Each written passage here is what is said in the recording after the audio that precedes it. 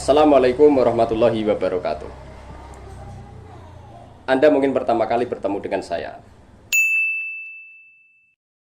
Panggil saja saya Rois.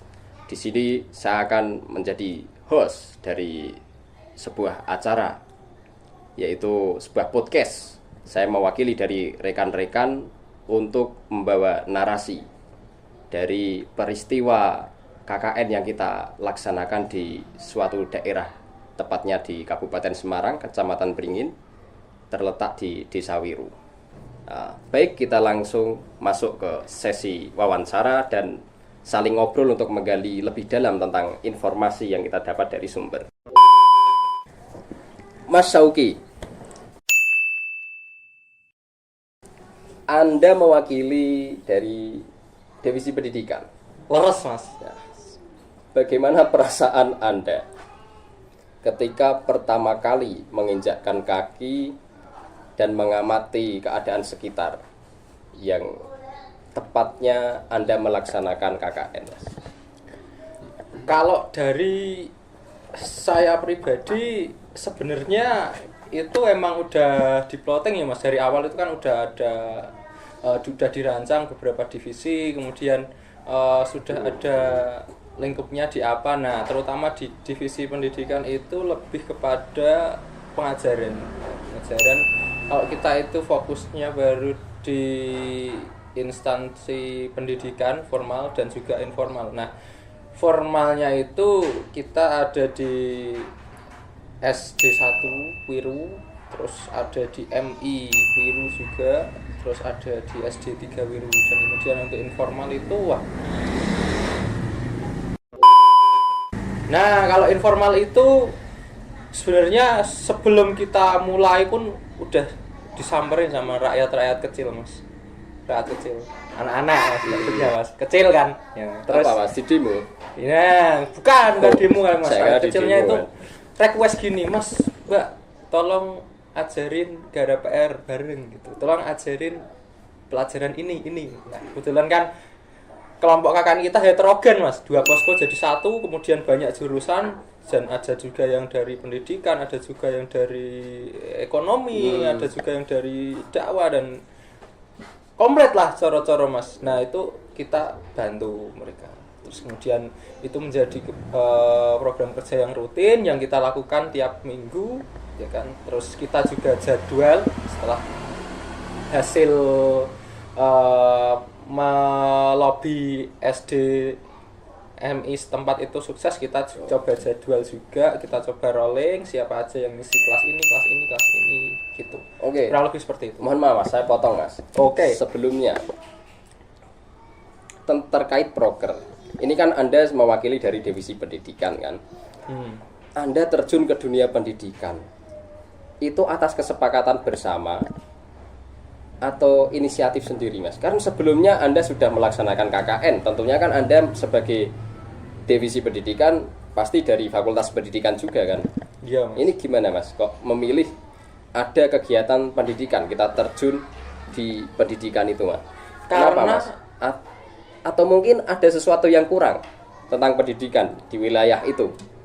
Oh, begini, Mas. Awalnya kalau ada yang sesuatu yang kurang itu enggak Ya. Karena emang bener-bener kita gabut aja, Mas. Kalau enggak gabut sih, lebih tepatnya bingung mau ngapain sih, ya kan? Berarti gabut. Ya, bisa jadi gitulah. Cuman kan dari kita coba lihat tuh, kita coba observasi di awal, kita keliling ada apa aja nih di Wiru, terus apa yang bisa kelompok kita cawe-cawe, bukan cawe-cawe politik ya. Iya. Oke, jadi ini ada instansi pendidikan formal. Oh, mungkin kita bisa masuk nih dengan persetujuan dari DPL juga tentunya, dan juga dari pihak sekolah, dan alhamdulillah pihak sekolah menyambut baik. Anak-anak rakyat kecil itu antusias sekali, Mas. Antusias. Kedatangan KKN itu sangat antusias. Oh, antusias sekali, mereka semangat belajar mereka. Terutama ada mungkin bosan mereka, Mas, melihat guru-guru yang sudah mulai sepuh kan. Betul. Melihat mas-masnya yang tampan-tampan ini kan, sama mbak-mbaknya yang cantik-cantik kan juga. Betul, Mas. Mungkin itu faktor mereka semangat ya, anak-anak ya. Ya. Selamat pagi. Wah, pagi menjelang sore nih, Mas. Perasaan Anda gimana Mas duduk di sini Mas? Deg-degan. Ya, saya tidak menyangka. Tidak menyangka. Sini, ya. Tidak menyangka apa Mas? Tidak menyangka menjadi apa? Korban dari teman-teman. Ketika saya mengamati tentang UMKM ya. Ya. Anda kan sebagai tentunya divisi UMKM Yang tentunya kan mewakili. Ya. UMKM sendiri itu apa sih Mas UMKM itu? UMKM itu merupakan singkatan dari usaha menengah kecil mikro. Oke, seperti itu. Nah, Kebalik gak sih? Kebalik gak? usaha, Kebalik gak? Apa sih? Usaha mikro. Usaha usaha mikro kecil menengah.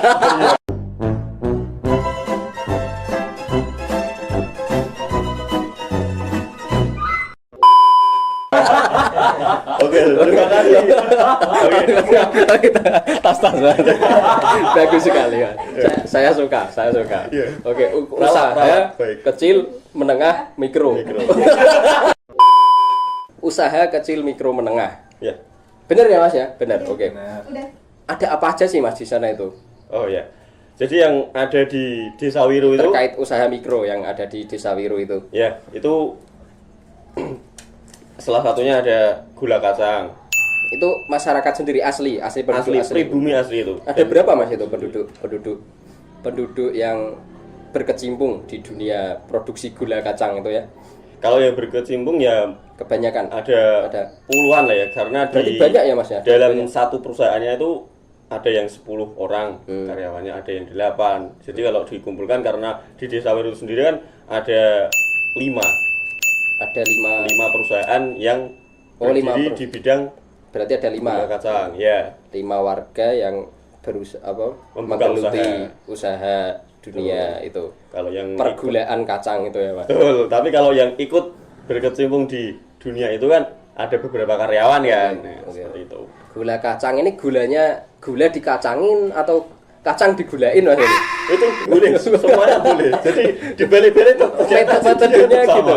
Sama aja. Ya. Jadinya nggak kacang gula. Yang penting bukan Masnya yang dikacangin. Oke.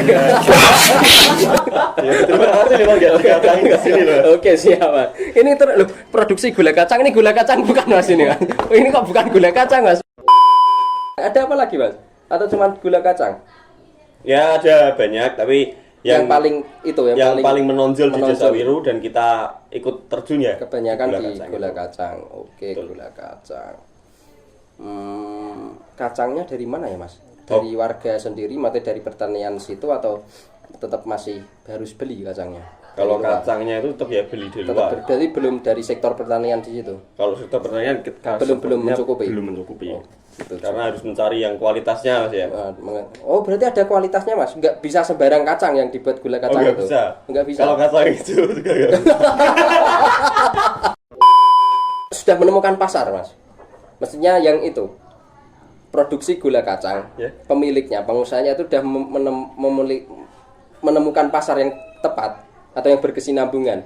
Oh, kalau seperti itu ya, Sudah ada penadahnya. yang saya dapat Ketahui.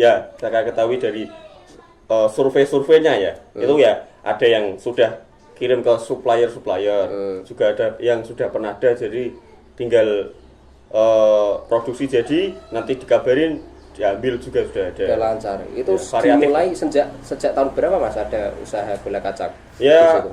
kurang lebih yang sebagai pelopor itu di tahun antara 2010-an 2011-an itu. 2010 udah 14 tahun berarti Mas. Ya mungkin Kurang sekitar lebih itulah 14 kalau nggak tahun. salah ya. Lalu dari KKN UIN sendiri, dari Panjenengan kan tentunya yang dari divisi UMKM, apa sumbangsih Anda terhadap UMKM setempat Mas? Oh gitu. Inovasi. Ya. Jadi kemarin saat kita menjalani KKN kita koordinasi dengan Bapak Kepala Desa, Bapak Hafid. Jadi kita rapat lah ya. Kita mengkoordinasikan tentang UMKM tersebut biar kita bisa memberikan sumbangsi yang mungkin sedikit banyaknya ada kebaikannya ya. Mendongkrak gitu. Iya. Bisa mendongkrak Nah, terus usaha. kemudian usaha dari itu Bapak Kepala Desa menyarankan, dan ya kita hasil rapatnya lah ya, itu hasil diskusi sama hasil Bapak diskusinya Kades. itu kita di branding, maksudnya di branding. Dan brandingnya iklan. Kita Lewat apa Mas? melalui video profil desa seperti itu, semacam potensi desa gitulah. Potensi desa. Ya. Dan hasilnya itu ya lumayan lah. Jadi kita konsepnya tidak hanya di UMKM-nya saja. Iya. Kita menampilkan beberapa keunikan desa yang khas di desa seperti kacang alamnya juga. Terus kemudian kita memasukkan selipan-selipan video-video di produksi gula kacang sampai dari nol sampai packing. Sampai packing. Iya. Itu masih manual Mas. Untuk apanya Mas ya? Pembuatan gula kacang.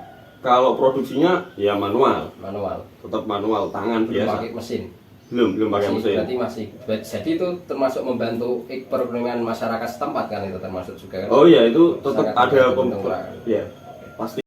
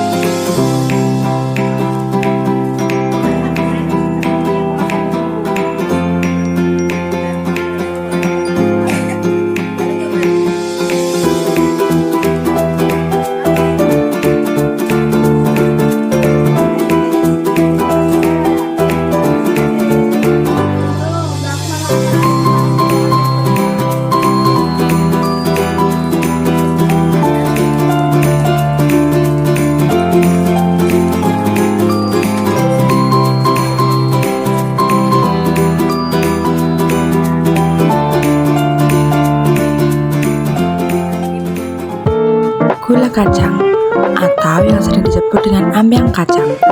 Di Desa Wiro, tepatnya di Dusun Pelem, terdapat home industri dengan brand Yiki Jaya. Bahan baku dalam pembuatan gula kacang Yiki Jaya ada gula Jawa, kacang tanah, dan air. Dalam proses produksi, brand ini masih menggunakan cara tradisional, yaitu dengan cara memasak menggunakan kayu bakar. Untuk proses memasak, dari memasukkan bahan baku hingga matang memerlukan waktu kurang lebih selama 30 menit. Selanjutnya, proses pencetakan. Proses pencetakan masih menggunakan cara manual, yaitu menggunakan sendok, lalu didinginkan hingga mengeras. Setelah mengeras, gula kacang ditimbang dan dimasukkan ke dalam mika. Dalam proses pengemasan, gula kacang ini diperas hingga rapat agar tidak mudah kadaluarsa dan bisa bertahan kurang lebih selama 6 bulan. Brand Yiki Jaya ini sudah berdiri kurang lebih selama 15 tahun secara turun-temurun dan perharinya bisa memproduksi sebanyak 50 kilo.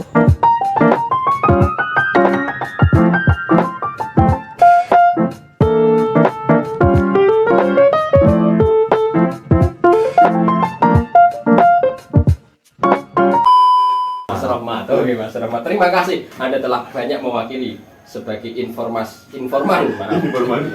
dari gula kacang ya, di Dewi UMKM. Terima kasih Mas. Ya. Saya sangat berterima kasih sebagai host. Ini bisa saya lanjutkan mungkin closing. Ya, terima kasih Mas. Nah, itulah tadi teman-teman sekalian yang sudah menyaksikan, dan terima kasih banyak kepada kalian. Tadi itulah beberapa paparan informasi dari kegiatan kami KKN di UIN Wiro Beringin Kabupaten Semarang.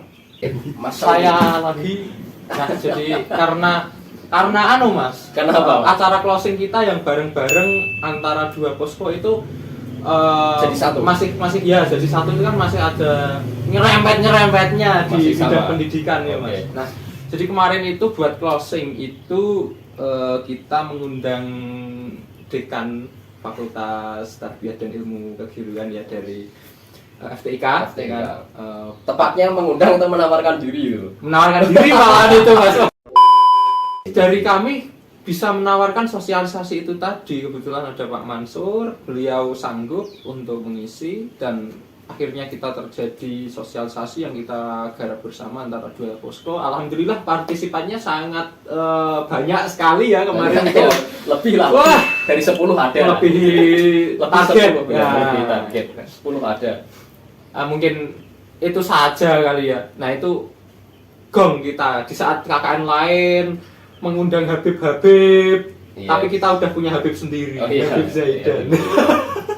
Tadi kita closingnya kemarin kita closing tentang pentingnya pendidikan Dan dalam pencegahan pernikahan dini. Oke. yang disampaikan oleh Prof. Ya, Mansur. betul. Ya, Prof. Mansur. monggo Mas silakan ditutup. Baiklah. Sudah langsung ditutup aja. Saya tutup ini. Ya, Oke. Bisa. bisa, silakan. Ya, itulah beberapa paparan kisah yang sangat menginspirasi bagi kita semua. Semoga Amin. manfaat Amin. dan berkesinambungan kepada sesama. Terima kasih. Assalamualaikum warahmatullahi wabarakatuh.